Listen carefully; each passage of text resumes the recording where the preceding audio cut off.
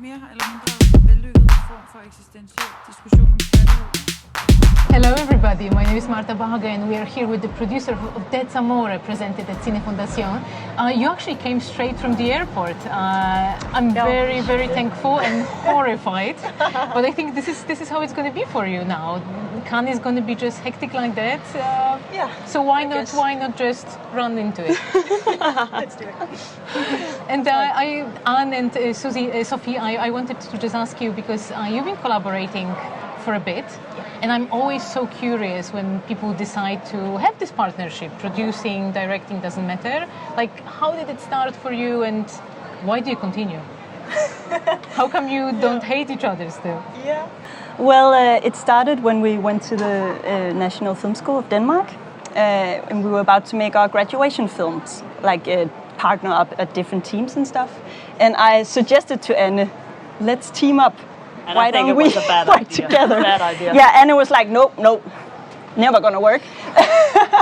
But then I sweet talked you a bit more, and we started to plan out. Okay, so how would this work? Like, what do you like to do? What do I like to do? What are we okay with not doing on a regular basis, kind of? So we have like this really sharp division between us, but still we talk about everything. Yeah. So it's like we're responsible for driving different processes. It's important to set out those rules sometimes at the beginning, so there are no surprises. But was there something particular that you were both looking for when it comes to cinema or collaborations? Because you started early, so I'm curious what it is that you wanted to do together with the films that you wanted to produce. Actually, I don't know if we have talked specific about that. We talked about how the humans, how we look at life, and we had a lot of in common how we wanted to do things, of the more soft values, and then all the things I think is funny, Sophie doesn't think that's so funny, and the other way around. So I think it can be a bit lonely. I think sometimes if you are a producer and you have a job, but it's more fun to share it with someone. It's a good point. Sometimes it feels like there's nobody out there to fix the problems but you. So to have that kind of companionship, So when I'm almost jealous now when I think of it. Where is my fellow journalist? But this film is, I thought it was so wonderful, and also because it made me scared and it made me think about relationships and love. And what did you think about this concept of just falling in and out of love, and what is love exactly? Like, are we pretending to be in love? Do we really feel it? I think the more you think about it, the more questions you have. Yeah, well, that's a great question. And I think we like that the film raises it in a way that makes you think about it, and have made us think about it a lot working with the film, still doing. And we thought when we found this potential division between the 80% will and the 20% love, it just started a discussion and a debate in our team as well. Yeah. Also, not just like romantic relationships, but also all your other relationships in life. Oh yeah, for sure. Yeah. With friendship, it could be the same. Yeah. Exactly.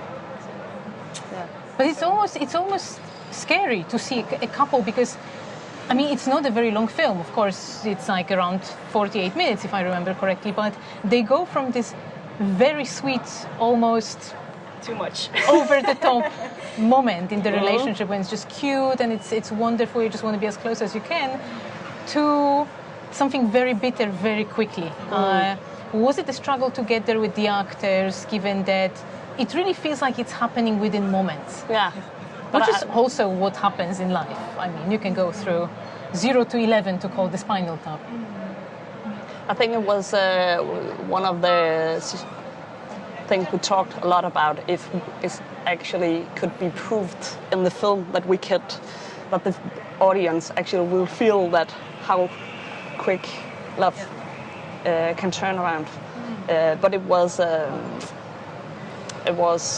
one of the main points for the whole story, that you can just get a dream and then you just fall out of love, or you have a lot of doubt of if you are living the life you wanted to, and you have to just do totally different things. It was definitely a gamble. Like, will this work in a film? But we worked a lot with the actors, of course. Malthe, the director, did, and we also hired in an intimacy coordinator to work with them on a more physical level to also like enhance these different states and shifts. That's incredible because it feels like this is a relatively new position in the industry, but everybody comes to the conclusion that they have no idea how it used to be before. Yeah, exactly. It's crazy that we haven't had it before. Because especially, I actually wanted to ask you a bit about the logistics because it's not like they are in a huge apartment. They are stuck in a place that's so small. Yeah. Which makes it even harder on them. There is almost no intimacy, no space, which never helps whenever emotions are concerned. How was it to shoot in a place like that? I guess it takes some additional planning to figure out the shots and, as you said, choreography a bit. Yeah. It was a studio. It was a studio you built. I actually didn't know glad that. you didn't notice. I completely bought it as a real-life location, lighthouse, petrified crap out of me. Alberta, our production designer, had done an amazing job with building all this, what do you call a lighthouse? Yeah. Actually, and just to make it round and be able to have a film crew there and director and the cast. So it was actually quite, what do you call it? So claustrophobic. Yeah, exactly. But we are really happy that you didn't thought it was a studio. I actually love discovering those secrets because I remember a Finnish film that won Grand Prix last year, Compartment Number 6, when they also had to figure out how to make it look like a train, but then also maybe have some wiggle room for the shoot. I don't know, but is it harder for you when you decide, because you could have said, let's just shoot it in a normal place. Yeah, but a lighthouse isn't that normal. So it could be pretty difficult actually to find one. And I think we discussed it a lot with Malthe, because when you are in a studio, we were at the school in Denmark, the National Film School, and when you're shooting, you wanted to have your crew and your cast close to you. And if you're just in a studio at the school where you are every day, it can be a bit difficult. So we talked a lot about how we could, make it cozy and be like if we were on a location, to get this feeling like a team and the intimacy like the film needed. Oh, the intimacy. So we love to be in the studio because a lot of things is easier for us production-wise, but for Malthe it was he had to feel it and think about it for a while before we decided how we gonna do it. And a lighthouse in Denmark it's hard to find a lighthouse where it's not just a lighthouse, where there's actually space for a couch and a kitchen and. Yeah, I think the director of the lighthouse also decided to build his own, so it's clearly not working. Yeah. But I'm very interested about films that are romantic but not romantic, and I've seen that it's described as an anti-romantic film in so many places. What did you think about that? Because there are, as we said before, there are very romantic moments, but then there are moments that I think everybody knows but kind of don't talks about. Yeah.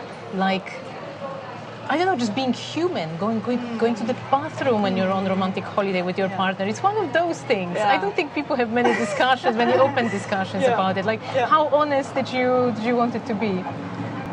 We definitely worked very actively on that in writing the film. Like we wanted to take a lot of those romantic cliches and just puncture them. Like just go all the places you don't want to go when you want to look your best to someone you're in love with. Destroy everything we've been taught. That was a goal.